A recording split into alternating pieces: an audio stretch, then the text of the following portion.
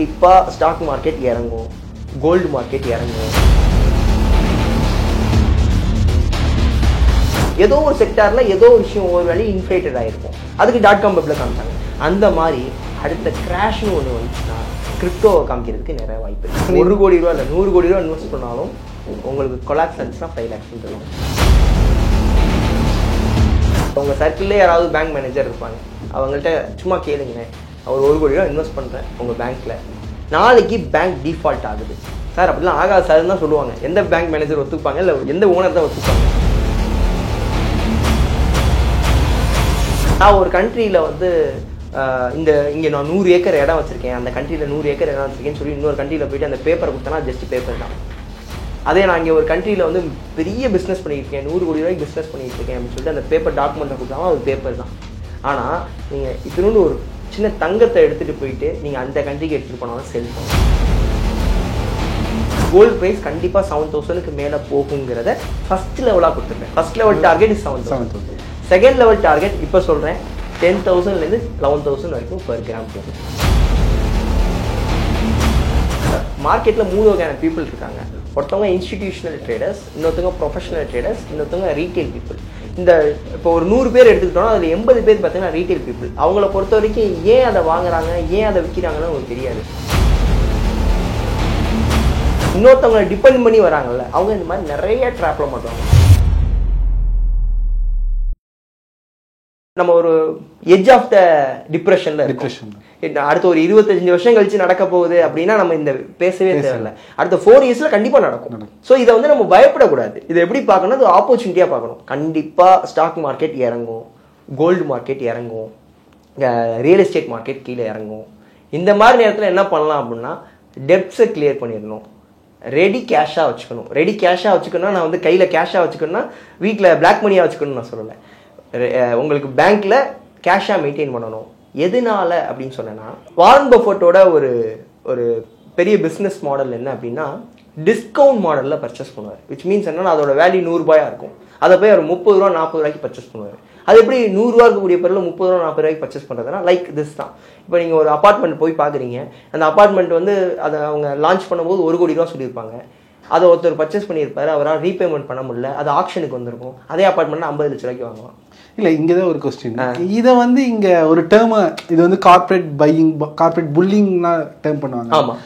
ஒரு set of ஒரு ஸ்டாக்கோ இல்லை ஒரு என்டர்பிரைஸ், ஒரு கம்பெனியோ it is in a low phase, அப்போ போய் வாங்குறப்ப ஓகே. ஆனால் அதை வந்து திருப்பி அந்த பொசிஷன் வரத்துக்கு ஒரு டைம் எடுக்கும்ல. ஆமாம். அந்த டைம் பேஷன்ஸ் இங்கே யாருக்கும் இல்லை. அதுதான் இங்கே பிரச்சனையாக இருக்குல்ல. அதுதான் இங்கே சொன்னேன் தெரியுமா, there is a டைம் ஃப்ரேம்னு சொல்லுவாங்க. இப்போ நாங்கள் வந்து ஸ்டாக் மார்க்கெட்டில் ட்ரேடர்னா ஒரு டைம் ஃப்ரேம் பார்ப்போம், ஸ்விங் ட்ரேடர்னா ஒரு டைம் ஃப்ரேம், இன்வெஸ்டர்னா ஒரு டைம் ஃப்ரேம், பிக் டைம் ஃப்ரேம்னு சொல்கிறேன்ல. அந்த டைம் ஃப்ரேம்லேயே பார்த்தீங்கன்னா ஒரு விஷனரி இருக்கும். ஒரு விஷயத்தை பற்றி நம்ம ஃபோக்கஸ் பண்ணோம்னா அட்லீஸ்ட் அது 10 வருஷம், அட்லீஸ்ட் 15 வருஷம். ஒரு இன்வெஸ்டர் பாயிண்ட் ஆஃப் வியூவில் ஒரு டிகேட் வெயிட் பண்ணணும். அந்த இன்னைக்கு எல்லாரும் என்ன பண்ணிடுறாங்கன்னா, நான் இந்த விஷயம் பண்ணிட்டேன், எனக்கு நாளைக்கே ரிசல்ட் வரணும், எனக்கு அடுத்த மாதமே அதோட இம்பேக்ட் கிடைக்கணும். 6 மாதம் பார்க்குறாங்க, 6 மாதத்தில் இம்பேக்ட் வரலையா, நமக்கு இதுக்கு செட் ஆகுது பொழுது நம்ம அடுத்ததை நோக்கி போயிடலாம். அது எதுவாக இருந்தாலும், அது பிஸ்னஸாக இருக்கட்டும், பர்சனல் லைஃபாக இருக்கட்டும், எனிதிங்காக இருக்கட்டும், அந்த ஒரு லாங்கரே பார்க்காம ஷார்ட்டர் டைம் பீரியடில் போயிடுறாங்க. ஆனால் இங்கே ஒரு மெஜாரிட்டி பீப்புள் சக்ஸஸ் ஆனவங்க எல்லாருமே லாங்கர் டைம் ஃப்ரேமை ஃபோக்கஸ் பண்ணி ஒர்க் பண்ணவங்க மட்டும்தான். கன்க்ளூஷனாக என்ன சொல்லலாம்னா, இந்த டிப்ரெஷனை பார்த்து பயப்பட தேவையில்லை. இது வந்து ஒரு மிகப்பெரிய ஆப்பர்ச்சுனிட்டி. ஸோ இந்த இடத்துல வந்து யாரெல்லாம் தப்பிச்சிடலாம், யாரெல்லாம் மாட்டுவாங்க அப்படின்னா, மொதல் விஷயம் யாரெல்லாம் மாட்டுவாங்கன்னா, யாருக்கு கடன் சுமை அதிகமாக இருக்குது. கடன் சுமைனா இன்றைக்கி யாருமே கடன் இல்லாமலாம் இல்லை, எல்லாருக்குமே கடன் இருக்குது. ஆனால் நெட்ஒர்த்துன்னு ஒன்று இருக்குது. ஸோ அவங்களுடைய நெட்ஒர்த் வந்து ஒரு எக்ஸாம்பிள், ஒரு பர்சனுக்கு ஒரு 1 கோடி ரூபா நெட்ஒர்த் இருக்குன்னா, அவர் ஒரு 10% 20% கடன் வச்சிருக்காரு, 20 லட்ச ரூபா கடன் வச்சிருக்காருன்னா அவர் தப்பிச்சிடுவார். இந்த 1 கோடி ரூபா நெட்ஒர்த் வச்சுட்டு 5 கோடி ரூபாய்க்கு கடன் வாங்கியிருக்காருல, அவர் மாட்டுவார். அவர் மட்டும் மாட்டாமல் அந்த 1 கோடி ரூபா நெட்ஒர்த்தை வச்சு 5 கோடி ரூபாய்க்கு கடன் கொடுத்துருக்காங்க பாருங்க, அவங்களும் மாட்டுவாங்க. ஸோ ஃபர்ஸ்ட் பாயிண்ட், இந்த மாதிரி டைம் ஃப்ரீல இந்த மாதிரி இந்த ஒரு விஷயம் வந்து கண்டிப்பாக நடக்கும் நடக்காதுங்கிறத பேசுகிறத விட்டுட்டு எல்லாத்துக்கும் நம்ம ப்ரிப்பேர் ஆகணும்.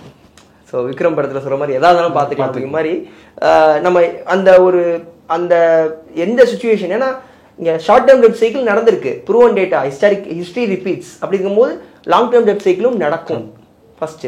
செகண்ட் வந்து கடன் சுமையை கம்மி பண்ணணும். செகண்ட் வந்து பார்த்தீங்கன்னா ஸ்கில் ஓரியன்ட் பர்சனாக அவங்க பிஸ்னஸ் பண்ணாலும் சரி இல்லை ஒர்க் பண்ணாலும் சரி ஸ்கில் ஓரியன்டாக ஸ்கில்லை அப்கிரேட் பண்ணிக்கணும். எதுக்காக ஸ்கில் அப்கிரேட் பண்ணிக்கணும் அப்படிங்கிறதுக்கு இப்போ ஒரு லே ஆஃப் நடக்குது. இப்போ நீங்கள் வந்து ஒரு என்னதான் ஃபண்டமெண்டலி ஸ்ட்ராங் கம்பெனியாக இருக்கட்டும், ஒரு கம்பெனி எடுத்துக்கிட்டோம், அதில் 100 பேர் வேலை பார்க்குறாங்க. அந்த 100 பேருக்குமே சேலரி போடுற அளவுக்கு அவங்ககிட்ட பணமும் இருக்குது. ஆனால் அவங்களுக்கு வந்து தெரியுது என்னால் எனக்கு அங்கேருந்து வருமானம் வராட்டி கூட என்னுடைய கம்பெனி அசட்டை வச்சு எம்ப்ளாய்க்கு சேலரி கொடுத்துட முடியும்னு ரொம்ப ஸ்ட்ராங்கான கம்பெனியாகவே இருக்கட்டும். அவங்களுக்கு பிஸ்னஸே வரப்போகிறது இல்லை, அடுத்த 2-3 வருஷத்துக்கு பிஸ்னஸே இருக்காது, 5 வருஷத்துக்கு பிஸ்னஸே இல்லாத போது அவங்க என்ன பண்ணுவாங்க? Reduce the employee. அப்போ அவங்க நினச்சா 100 பேருமே வேலை தூக்கி போட்டு கம்பெனியை க்ளோஸ் பண்ணிட்டு போகலாம். ஆனால் அவங்க அப்படி பண்ணாமல் 100 பேரில் 50 பேரை அனுப்பிச்சி விட்டு 50 பேரை வச்சுக்கிறாங்க. இப்போ இந்த 50 பேர் ஃபில்ட்ரேட் பண்ணுறாங்களே, 100 பேரில் இவங்கெல்லாம் வேணான்னு ரிஜெக்ட் பண்ணிட்டு வேணுங்கிறவங்க மட்டும் ஃபிக்ஸ் பண்ணிக்கிறாங்களே, அவங்க எப்படி எதை வச்சு ஃபைனல் பண்ணுறாங்க? அவங்களோட skill then updation of knowledge. அதே தான். ஸோ ஸ்கில் அண்ட் இது இருந்துச்சுன்னா நம்ம பிஸ்னஸ் பண்ணாலும் சரி இல்லை நம்மளுடைய ஒர்க் பண்ணாலும் சரி இந்த டிப்ரெஷன்லேருந்து தப்பிச்சிடலாம். மூணாவது விஷயம் பார்த்தீங்கன்னா இனோவேஷன். ஸோ வந்து பீப்புளை பொறுத்த வரைக்கும் என்ன அப்படின்னா, இது ஒரு கார்ட்டூனில் வந்த ஒரு விஷயம். என்ன அப்படின்னா பவர் ரேஞ்சர்ஸ் அப்படின்னு சொல்லிட்டு ஒரு 2005-06 ரொம்ப ஃபேமஸான இந்த 90s கிட்ஸ்க்குலாம் ரொம்ப பிடிச்ச விஷயம். அதில் ஒரு எபிசோடில் வந்து பார்த்தீங்கன்னா இந்த நெகட்டிவ் எனர்ஜி வந்து அந்த கண்ட்ரியை வந்து கண்ட்ரோல் பண்ணும். அப்போ கண்ட்ரோல் பண்ணும்போது பார்த்தீங்கன்னா அவங்களால வந்து எதுவுமே பண்ண முடியாது. அவங்க வந்து சுயநினைவோடய இருக்க மாட்டாங்க. அதில் ஒரு பையன் மட்டும் என்ன பண்ணுவான் அப்படின்னா மியூசிக் பிளேயரை வந்து மறைச்சி வச்சு ஹெட்ஃபோன் கேட்டுக்கிட்டே இருப்பான். அதை வந்து அந்த நெகட்டிவ் எனர்ஜி கண்டுபிடிச்சி அந்த மியூசிக் பிளேயரை போட்டு உடைப்பாங்க.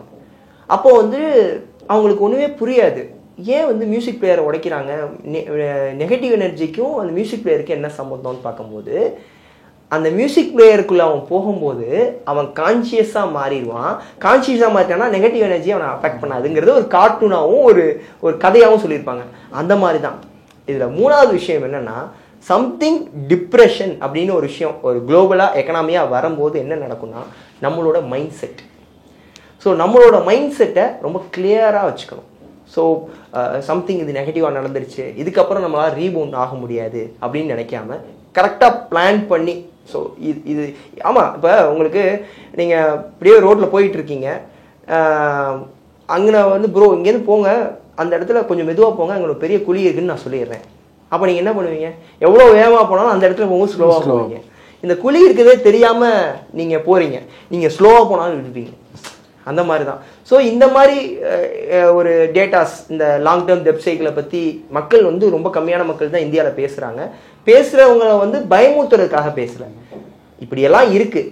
ஷார்ட் டேர்ம் டெப்ட் சைக்கிள் அப்படிங்கிற ஒரு விஷயம் வந்து நடக்குது, ஹிஸ்ட்ரியில் ரிப்பீட் ஆகுது. அந்த மாதிரி லாங் டேர்ம் டெப்ட் சைக்கிள் வரலாம், வராமல் போகலாம். வரணும்னு யாரும் எதிர்பார்க்கல. அப்படி வந்துச்சுன்னா பயப்பட தேவையில்லை. நாலாவது விஷயம் நான் முதல்ல சொன்னேன்ல, அதுதான் இந்த வந்து இது வந்து ஒரு உங்களை ஃப்யூச்சரில் அவராவது மில்லியனர்னு போட்டிருக்காரு, நான் பில்லியனர்னே போட்டிருக்கேன். அது காரணம் உண்மை தான். நீங்கள் ஒரு கரெக்டாக ஒரு விஷயத்த பிளான் பண்ணி அந்த இறக்கத்தில் கரெக்டாக கம்பெனி ஸ்டாக்ஸையோ இல்லை ரியல் எஸ்டேட் வேல்யூஸையோ பர்ச்சேஸ் பண்ணிங்கன்னா ஆட்டோமேட்டிக்காக இட் வில் ரேலி. இதில் ஒரு லாஸ்ட்டாக ஒரு பாயிண்ட் நான் சொல்லணுன்னா கிரிப்டோ இருக்குல்ல. So I am not against crypto, but மக்கள் வந்து பார்த்திங்கன்னா ஒவ்வொரு காலகட்டத்திலையும் வந்து பார்த்திங்கன்னா காரணத்தை தேடுவாங்க. இந்த கொரோனா இது மார்க்கெட் கிராஷ் 2020 வந்ததுக்கு காரணம் வந்து பார்த்திங்கன்னா ஓவர் வேல்யூடு. ஆனால் அவங்க காரணம் காமிச்சது கொரோனா வரும். 2008 ஓவர் வேல்யூ, அதுக்கு காரணம் காமிச்சது லீமன் கொலாப்ஸ். 2000 வந்தது காரணம் ஓவர் வேல்யூ. ஏதோ ஒரு செக்டாரில் ஏதோ ஒரு விஷயம் ஓவர் வேல்யூ இன்ஃப்ளேட்டட் ஆகிருக்கும், அதுக்கு .com பப்பில் காமிச்சாங்க. அந்த மாதிரி அடுத்த கிராஷ்னு ஒன்று வந்துச்சுன்னா கிரிப்டோவை காமிக்கிறதுக்கு நிறைய வாய்ப்பு இருக்குது. இங்கே தான் எனக்கு ஒரு ரெண்டு கொஸ்டின் கேளுங்க. இப்போ இந்த கிராஷ்னால ஹவு வில் பேங்கிங் செக்டார், ஏன்னா பேங்கிங் செக்டார் தான் இந்தியன் கண்டென்ஸில் banking is a backbone of a country. So banking என்னென்னா மார்ட்ரேஜ் கோல்டு அதாவது ஹவுசிங் லோன்ஸ் இந்த மாதிரி இருக்குது. ஸோ இந்த அமௌண்ட்டுக்கெல்லாம் இந்த கிராஷ்னால எவ்வளோ அஃபெக்ட் ஆகும்? ஏன்னா ஒரு சிட்டிசன் பாயிண்ட் ஆஃப் வியூவிலேருந்து இதை வந்து எப்படி அப்ரோச் பண்ண முடியும்? ஏன்னா நாளைக்கு எனக்கு வந்து ஒரு மெடிக்கல் எக்ஸ்பென்சிவ் அந்த அமௌண்ட்டை நான் நம்பியிருந்தேன், but the bank will said இது இப்போதைக்கு கிடைக்காது, இன்னும் ஒரு 2 மாதம் 3 மாதம் கிடைக்காதுன்னு சொல்கிறப்ப அதை எப்படி ப்ரிப்பேர் ஆக முடியாது? ஒரு எமர்ஜென்சி ஃபண்டிங்கில் இது பண்ண அது பேங்க் அந்த மாதிரி சொல்கிற நிலைமைக்கு வருவாங்க. சரி, இது ஒரு பாயிண்ட், இது ஒரு இன்ட்ரெஸ்டிங் பாயிண்ட்டு. இன்றைக்கி வந்து ஃபிக்ஸ்டு அசெட்னு சொல்லும்போது எதாவது எஃப்டியை சொல்கிறாங்க. இப்போ நீங்கள் வந்து ஒரு பர்சன் வந்து ஒரு 1 கோடி ரூபா எஃப்டியில் போட்டு வைக்கிறாருன்னு வச்சுக்கோங்களேன். சம்திங் இந்த மாதிரி நெகட்டிவ் ஆயிடுச்சு, அவங்க ரிட்டர்ன் உங்களுக்கு எவ்வளோ தருவாங்கன்னு நினைக்கிறீங்க? இந்த ஃபிக்ஸ்டு 5 lakh. ஸோ நம்ம 10 lakh 20 lakh ஃபிக்ஸ் பண்ணி 1 கோடி ரூபா இல்லை 100 கோடி ரூபா இன்வெஸ்ட் பண்ணாலும் உங்களுக்கு கொலாப்ஸ் ஆச்சுன்னா 5 lakhs தருவாங்க. இது ஒரு லாஸ்ட் 10 yearsக்கு முன்னாடி 1 lakh தான் இருந்துச்சு, இப்போ அது 5 lakh மாற்றிருக்காங்க. அதுதான் இங்கே lack of financial literacy. So இங்கே வந்து ஸ்கூலாக இருக்கட்டும், காலேஜாக இருக்கட்டும், எல்லா இடத்துலையுமே வந்து பார்த்தீங்கன்னா நம்ம வந்து எப்படி பணம் சம்பாதிக்கணும் அப்படிங்கிறத கற்றுத்தராங்க. ஆனால் யாருமே எந்த இடத்துலையுமே அந்த சம்பாதிச்ச பணத்தை எப்படி ஹேண்டில் பண்ணணுங்கிறத யாரும் சொல்லித்தரல. ஏன்னா அதை சொல்லித்தரக்கூடிய இடத்துல யாரும் இல்லை. அப்படியே இருந்தாலும் அதை வந்து ஒரு சீக்ரெட்டாகவே மெயின்டைன் பண்ணிட்டு போகுது. நீங்கள் எஃப்டியை எடுத்து பார்க்குறீங்க, ஒன்றும் இல்லை, நீங்கள் உங்கள் சர்க்கிள்லேயே யாராவது பேங்க் மேனேஜர் இருப்பாங்க, அவங்கள்ட்ட சும்மா கேளுங்களேன், அவர் 1 கோடி ரூபா இன்வெஸ்ட் பண்ணுறேன் உங்கள் பேங்க்கில், நாளைக்கு பேங்க் டிஃபால்ட் ஆகுது சார், அப்படிலாம் ஆகாது சார்ன்னு தான் சொல்லுவாங்க. எந்த பேங்க் மேனேஜர் ஒத்துப்பாங்க, இல்லை எந்த ஓனர் தான் ஒத்துப்பாங்க? சம்திங் டிஃபால்ட் ஆயிடுச்சு, ரிட்டர்ன் என்னோட கேரண்டி. ஏன்னா ஃபிக்ஸ்டு அசெட்னு சொல்கிறாங்கல்ல, ஃபிக்ஸ்டு அசெட்னா என்ன, ரிட்டர்ன் கரெக்டாக கொடுக்கணும். அது மித்தா இல்லை வந்து வி ஹவ் தாட் அஸ் ஒரு நேஷ்னலைஸ்டு பேங்க்கில் அமௌண்ட்டை சேவ் பண்ணாலோ இல்லை கடனே வாங்கினாலோ இட் இஸ் சேஃப், ஏன்னா உனக்கு வந்து இன்ட்ரெஸ்ட் ரேட் கம்மியாக இருக்கும், யாரும் ஒன்று வந்து அதுதான் இட்ஸ் சேஃப்னு நீங்கள் சொல்கிறதுக்கான என்னன்னா இங்கே ரிஸ்க் அப்பிடேட்டுங்கிறது கம்மி. இப்போ வந்து இங்கே ரிஸ்க் இல்லாத ஒரு விஷயமே இல்லை. ரிஸ்க் அப்பிடேட் அப்படிங்கிறது தான் வேல்யூ முடிவு போகணும். ஸ்டாக் மார்க்கெட்டில் இன்வெஸ்ட் பண்ணால் ரிஸ்க் அதிகம், இங்கே இருக்கோன்னா ரிஸ்க் கம்மி. ரிஸ்க் கம்மியாக இருக்கனால அது உங்களுக்கு ஃபிக்ஸ்டு ரிட்டர்னாகவே தெரியுது. ஃபிக்ஸ்டு ரிட்டர்ன் தான், அவங்க கொடுக்கக்கூடிய ரிட்டர்ன் ஃபிக்ஸ்டு தான், ஆனால் there is also a risk. அங்கேயுமே உங்களுக்கு நீங்கள் ரிஸ்க் இருக்குது. ஸோ நீங்கள் கேட்ட கொஸ்டின், இந்த மாதிரி நேரத்தில் வந்து பேங்கிங் செக்டார் எப்படி ஆகும்? 2020 எப்படி எஸ் பேங்க் வந்து கொலாப்ஸ் ஆகும்போது ஒரு 5 பேங்க், எஸ்பிஐயாக இருக்கட்டும், ஆக்சிஸாக இருக்கட்டும், இண்டஸ்இண்டாக இருக்கட்டும், ஐசிஐசியாக இருக்கட்டும், இன்னொரு ஹெச்டிஎஃப்சி, இந்த 5 பேங்க்கும் சேர்ந்து எஸ் பேங்க்கை வந்து டேக் ஓவர் பண்ணாங்களோ, அதே மாதிரி இந்த டைம் கொலாப்ஸ் ஆகும்போது ஏதாவது ஒரு பேங்க் கொலாப்ஸ் ஆகும், கண்டிப்பாக ஏதாவது கொலாப்ஸ் ஆகும். ஸோ அந்த பேங்க் கொலாப்ஸ் ஆகும்போது இந்த பேங்க் போய் டேக் ஓவர் பண்ணுவாங்க, அவ்வளோதான். இதில் வந்து நடக்கும், அதில் வந்து அவ்வளோ சீக்கிரம் விட்டுற மாட்டாங்க. இன்னொன்று, நம்ம இவ்வளோ பயப்பட தேவையில்லை. முதல் விஷயம், இவ்வளோ பயப்பட தேவையில்லை. இந்த பபுள் பர்ஸ்ட் அப்படிங்கிறது ஒரு ரெசிஷன் மாதிரி தான், வந்துட்டு போகும். இந்த ரிசிஷனை வந்து எல்லாரும் ஃபேஸ் பண்ணியிருக்கோம். நம்ம வந்து 2008 பார்த்துருக்கோம், 2000 பார்த்துருக்கோம், 2000 பார்த்துருக்கோம். அதுக்கு என்ன மாதிரி மெஷர்ஸ் எடுக்கலாங்கிறது ப்ரிப்பேர் ஆகியிருந்திருக்காங்க. ஆனால் அந்த 1929 அப்புறம் இது எப்படி இருக்குன்னு யாருக்குமே தெரியாது. அதனால தான் அதை பற்றி யாரும் பேசவும் மாட்டாங்க, அதை பற்றி யோசிக்கவே மாட்டாங்க. மேபி அதை யோசிச்சா அதுவே நம்ம மேனிஃபெஸ்ட் பண்ணி சீக்கிரம் வர வச்சிருமோ அப்படின்னு கூட நினைக்கலாம். நம்ம அந்த இடத்துல என்ன பண்ணோம்னா, அஸ் அ சிட்டிசனா, அஸ் அ ஒரு இண்டிவிஜுவலாக நாம் வந்து அப்படி வருது வரல அதெல்லாம் அடுத்த விஷயம், நம்ம சேஃப்கார்ட் படுத்திக்கணும். அண்ட் முக்கியமான விஷயம் வந்து பார்த்தீங்கன்னா, அந்த எக்ஸிஸ்டிங் டெப்ட் இருந்தால் கிளியர் பண்ணிடணும். எவ்வளோக்கு எவ்வளோ டெப்ட் இருக்கோ கிளியர் பண்ணி ரெடி கேஷாக வச்சுக்கிறது. This is the best time for selling a property, not for buying a property. So நீங்கள் நோட் மை பாயிண்ட், இன்றைக்கி நீங்கள் ஒரு அப்பார்ட்மெண்ட் ஒரு ப்ராப்பர்ட்டி பார்க்குறீங்க, ஒரு ரேட்டில் இருக்குது, கரெக்டாக ஒரு 4 to 5 இயர்ஸில் இந்த டிப்ரெஷன் டைமில் நீங்கள் என்ன வேல்யூவில் பார்க்குறீங்களோ அது 50% வாங்கலாம். நீங்கள் வந்து சேவ் த கேஷ். அது லாஸ்ட் கொஸ்டின் இம்பார்ட்டன்ட். எஸ், நீங்கள் சொன்னது வந்து நீங்கள் gold will go up to 7,000 அப்படின்னு 2020 எழுதிருக்கீங்க. இப்போ அது நடந்துட்டு இருக்கு, ஆல்மோஸ்ட் 7-8,000 வந்துடுச்சு. பட் நீங்கள் இப்போ மென்ஷன் பண்ணுறப்ப என்ன சொல்லியிருந்தீங்கன்னா, gold price also hit decline. அந்த அளவுக்கு மேஜர் டிக்ளைன் ஒரு கிரிப்டோ அளவுக்கோ இல்லை வந்து நம்ம வந்து ஸ்டாக்ஸ் அளவுக்கோ பெரிய டிக்ளைன் இருக்காது. பட் அதுலேயே ஒரு கரெக்ஷன் இருக்கும். இப்போ வந்து அது ஒரு டிப்ரெஷன் வந்துச்சுன்னா ஒரு ஆப்பர்ச்சுனிட்டியாக பார்க்கலாம். ஓகே, நான் இப்போ வச்சுப்போம், கோல்டு எல்லாரும் ஏன் பர்ச்சேஸ் பண்ணுறாங்க? It is one safe asset, safe asset. அதான் அதை வந்து எப்படி இருக்குது, ஏன் கோல்டுக்குள்ளே போகிறாங்க? இல்லை, இப்போ நம்ம மார்ட்ரேஜோ வேல்யூ அதிகம், இல்லை எவ்வளோ விஷயம் இருக்குது, ஏன் கோல்டை பர்டிகுலராக பர்ச்சேஸ் பண்ணுறாங்க? நீங்கள் முதல்ல சொன்னீங்களா ஸ்ரீலங்கா இருக்கட்டும், ஆப்கானிஸ்தானில் வந்து தாலிபன்ஸ் வந்து ஃப்ளைட்டில் ட்ராவல் பண்ணி வந்தாங்கல்ல, அங்கே இங்கே இருக்கக்கூடிய மக்கள் வந்து அங்கே இருக்கக்கூடிய ப்ராப்ளம்னால ஃப்ளைட்டில் அந்த விங்ஸ்லாம் உட்காந்துட்டு வந்தாங்கல்ல, அந்த மாதிரி ஒரு சுச்சுவேஷன் வருதுன்னு வச்சுக்கோங்க. ஒரு எக்ஸாம்பிள், அப்படிலாம் வரக்கூடாது, பட் அப்படிலாம் வந்துச்சுன்னு வச்சுக்கோங்களேன். நான் ஒரு கண்ட்ரியில் வந்து இங்கே நான் 100 ஏக்கர் இடம் வச்சிருக்கேன், அந்த கண்ட்ரியில் 100 ஏக்கர் இடம் வச்சிருக்கேன்னு சொல்லி இன்னொரு கண்ட்ரியில் போயிட்டு அந்த பேப்பரை கொடுத்தனா ஜஸ்ட் பேப்பர் தான். அதே நான் இங்கே ஒரு கண்ட்ரியில் வந்து பெரிய பிஸ்னஸ் பண்ணிட்டு இருக்கேன், 100 கோடி ரூபாய்க்கு பிஸ்னஸ் பண்ணிட்டு இருக்கேன் அப்படின்னு சொல்லிட்டு அந்த பேப்பர் டாக்குமெண்ட்டை கொடுத்தாலும் அது பேப்பர் தான். ஆனால் நீங்கள் இத்தினோண்டு ஒரு சின்ன தங்கத்தை எடுத்துகிட்டு போயிட்டு நீங்கள் அந்த கண்ட்ரிக்கு எடுத்துகிட்டு போனாலும் செல் பண்ணலாம்.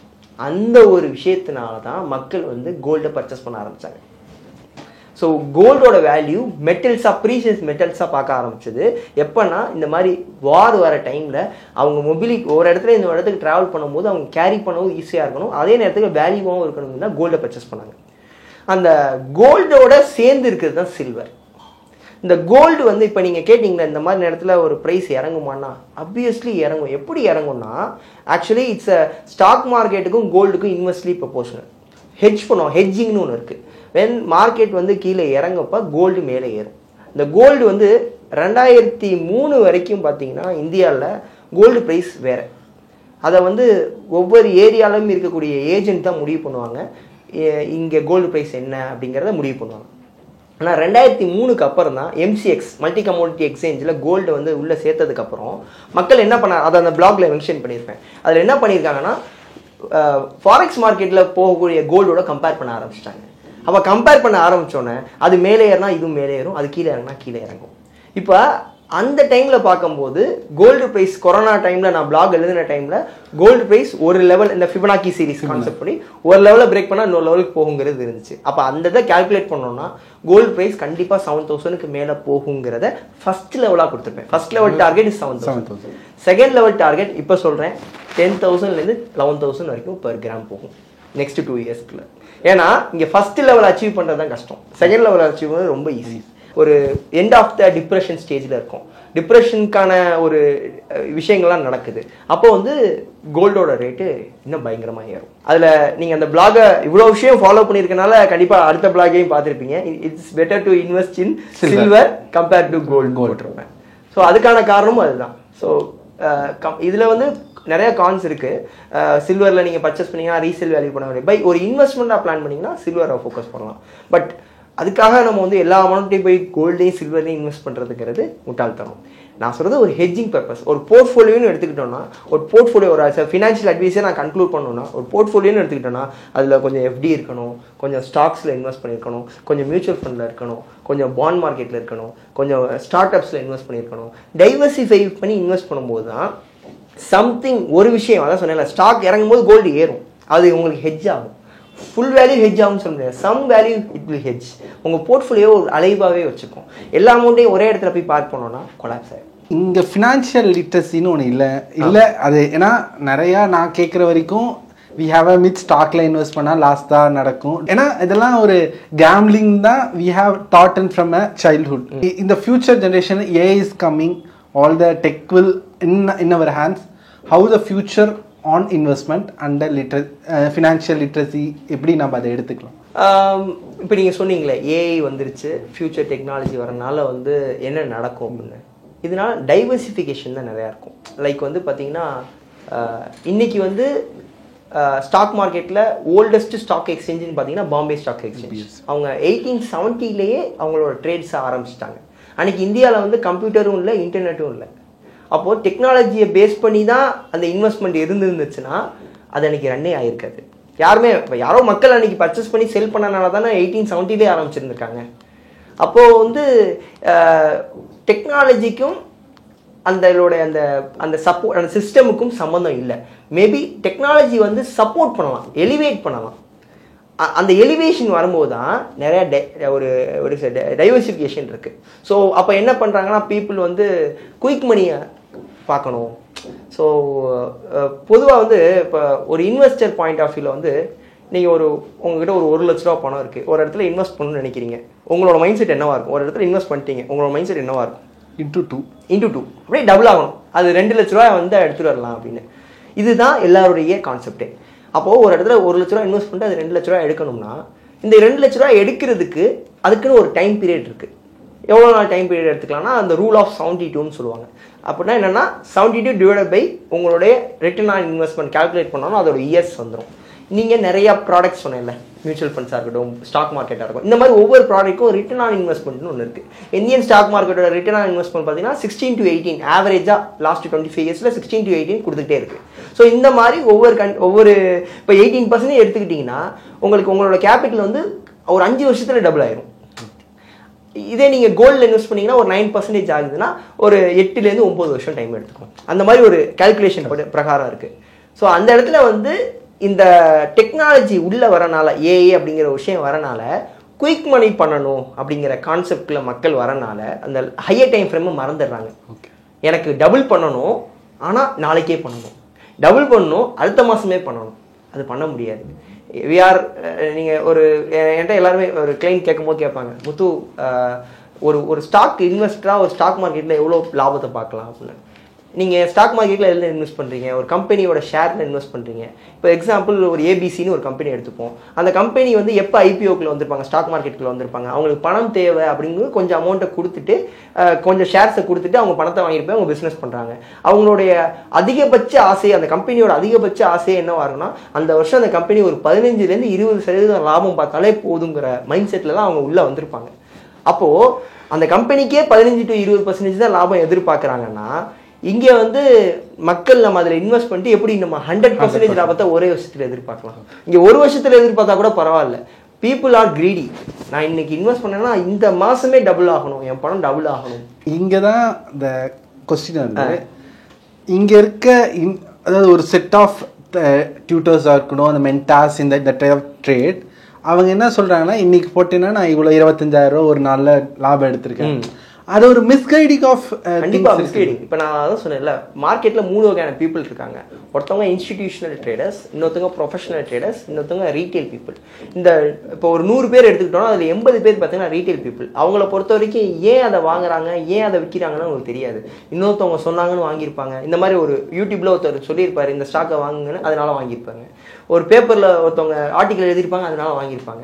யாரோ ஒரு டிவியில் சொல்லியிருப்பாங்க, அதனால வாங்கியிருப்பாங்க. அவங்கள்ட்ட போயிட்டு ஏன் அந்த ஸ்டாக்கை வாங்கினீங்கன்னு கேட்டீங்கன்னா நாலேஜ் இருக்காது.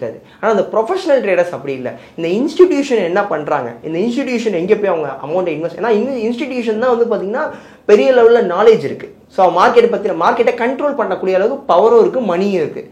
அவங்க என்ன பண்ணுறாங்கன்னு பார்த்து அவங்கள ட்ராக் பண்ணி ஒரு நாலேஜோடு அப்ரோச் பண்ணுறவங்க ப்ராப்பராக சேஃபராக போவாங்க. இந்த இன்னொருத்தவங்களை டிபெண்ட் பண்ணி வராங்கல்ல, அவங்க இந்த மாதிரி நிறைய ட்ராப்பில் மாட்டுவாங்க. இன்றைக்கி நிறையா கம்பெனிஸ் பார்த்தீங்கன்னா, இப்போ ரீசன்ட் இந்த கொரோனாவுக்கு அப்புறம் பார்த்தீங்கன்னா நிறையா கம்பெனிஸ் சென்னையிலே பார்த்தீங்கன்னா பணம் வாங்கிட்டு ஏமாற்றிருக்காங்க. நீங்கள் பணம் கொடுத்தீங்கன்னா நான் மாதம் இத்தனை % ரிட்டர்ன் தரேன், நான் ஸ்டாக் மார்க்கெட்டில் இன்வெஸ்ட் பண்ணுறேன். அதில் அப்படி பண்ணவே முடியாது. இதில் வந்து நான் என்னோடய இன்ஸ்டாகிராம் வீடியோலையோ இல்லை வெளியில் பேசும்போது அதை தான் நான் சொல்லியிருப்பேன். மக்கள்கிட்ட வந்து அவங்களுடைய கோரில் ரொம்ப ஸ்ட்ராங்கான நாலேஜ் இருக்கும். இப்போ நீங்கள் வந்து மீடியாவில் இருக்கீங்க, உங்கள் மீடியாவில் இப்போ ஒரு கேமராமேன் இருக்காங்கன்னா அவங்க கேமராவில் அவங்களுடைய கோர் நாலேஜ் அதிகமாக இருக்கும். அதை தாண்டி அவங்க ஏர்ன் பண்ண விஷயத்த ஃபினான்ஸுக்குள்ளேன்னு வரும்போது ஃபினான்ஸோட கண்டென்ட் எந்த அளவுக்குன்னு பார்த்தீங்கன்னா நமக்கு அதில் கம்மியாக தான் இருந்திருக்கும். ஸோ அந்த கண்டென்ட் இந்தியாவில் ரொம்ப ரொம்ப கம்மியாக இருக்குது. பீப்புள் அதை கொஞ்சம் அதை லேர்ன் பண்ணிக்கணும், செல்ஃபாக தான் லேர்ன் பண்ணிக்க முடியும். அப்படி பண்ணிட்டாங்கன்னா அது கொஞ்சம் சேஃபராக போய்க்கலாம்.